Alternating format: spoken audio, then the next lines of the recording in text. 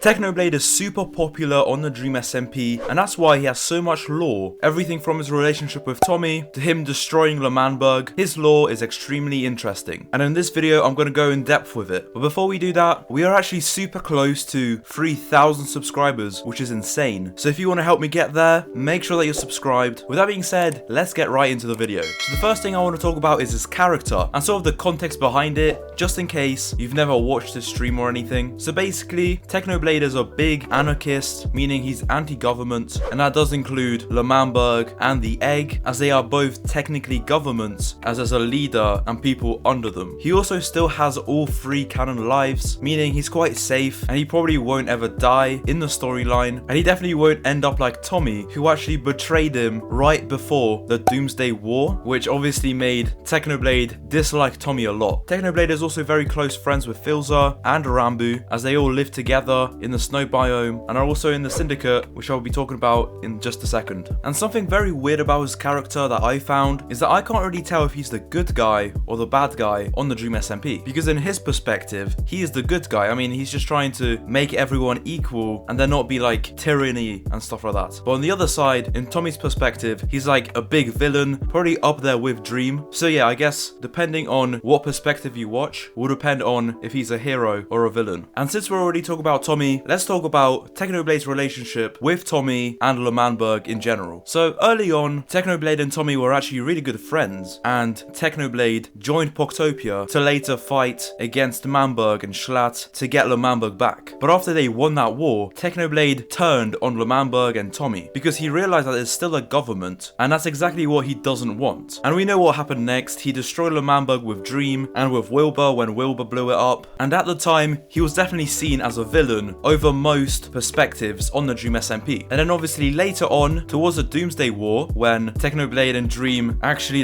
destroyed L'Manberg and made a massive hole or crater, just before that happened, Tommy turned on him because even though Technoblade helped him in exile and let him stay at his home, Tommy chose L'Manberg over Technoblade, and that's why Technoblade really hates him now. And that is why he created the Syndicate. Now the Syndicate is a anarchist group very similar to Technoblade himself, which is kind of why he made it. And something that's very important to know about this group is that it's not a government. It's not like Technoblade is in charge or Philza's in charge. No one's in charge. They're all like equals. Like, you don't even have to turn up to the meetings. It really is just a group of friends with the same ideas, and they might just fight together as a group, but not as a nation, so don't get confused. Now the members of the Syndicate are Niki, Philza, Ranboo, and obviously Technoblade. And there's also supposed to be another one who hasn't been revealed yet. But as I said, the Syndicate has very shared goals. For example, not liking Tommy and not liking the Egg. And based off of that, Technoblade is actually the recruiter of the Syndicate, and if he sees that other people don't like the Egg or don't like Tommy, they probably have a pretty good chance of joining the Syndicate. Now, not too long ago, the Syndicate actually met, and I kind of just want to go more in depth on that. And something that I found very interesting is that their meeting room is actually set in the end portal room, which is obviously very ominous and I guess ironic, because canonically, they don't even know what it is, and they kind of just made a table out of it, not knowing that it's literally the portal to another dimension. After the meeting that the Syndicate had, together they all went to Snowchester to kind of check it out, and they realized that they have nukes, and that made Technoblade and the Syndicate kind of suspicious of Snowchester. Now the thing is, I don't think they hate Snowchester or anything, because they realize that it's not as bad as like L'Manberg or the Egg. So I think Snowchester right now is going to be absolutely fine when it comes to their relationship with the Syndicate, but this could quickly change in the future. So let's talk about the eggpire. Something that's very definite is that Technoblade dislikes the eggpire. He thinks it's a government, and obviously when something even looks or feels like a government, Technoblade is not going to like it whatsoever. And that's why obviously the Syndicate itself also doesn't like the Egg. Technoblade is also part of the pro-omelette movement, or group I guess you can say, although it's not really a group, it's just kind of like a alliance I guess you can say. But basically it's Captain Puffy's group of just people that don't like the Egg. And BadBoyHalo, who's actually in the eggpire, at one point trapped Ranboo, forcing him to come in contact with the Egg and trying to get Ranboo on the Egg's side. And Technoblade saw that and he saved Ranboo with Captain Puffy. And that event kind of showed him that the Egg is evil and that it has to be stopped. And he also realized this when he spoke to the Egg by himself, and it's needless to say that he didn't like it at all. And he kind of just wanted to get away from it as fast as possible, so that's what he did. Okay, so we talked about his relationship relationship with Tommy and L'Manberg. We also talked about the syndicate. We talked about the egg as well. Now I kind of want to talk about his riches and why the fact that he's super rich is actually really important to his lore. Well, I guess the first thing I should probably do is show you how rich he is. So one thing that he's known for having on the Dream SMP is the Axe of Peace. This axe is extremely overpowered. If I'm not wrong, this is the best axe you can possibly get in vanilla Minecraft, and it has efficiency 5, sharpness 5, and unbreaking 5, so it's obviously extremely overpowered. He also has the Orphan Obliterator, which again is extremely overpowered, but this time it's the sword, which is obviously also very good for PvP and can literally two-shot people with armor on. And he also just casually eats golden apples as if it's just like bread or something, which is obviously insane. And he also has like villagers that he cured from zombie villagers, which obviously give him extremely good trades. And let's be honest here, he probably is so rich largely because he's friends with Philza, who is obviously extremely good at Minecraft because he's a hardcore player. So yeah, that's probably the biggest reason why he's so rich. And because he's so rich, he is super intimidating to the other characters. I mean, without this gear and everything, he's already intimidating because he's just really good at the game, but the fact that he has this OP loot just makes him even more intimidating, which yeah, basically makes him super OP.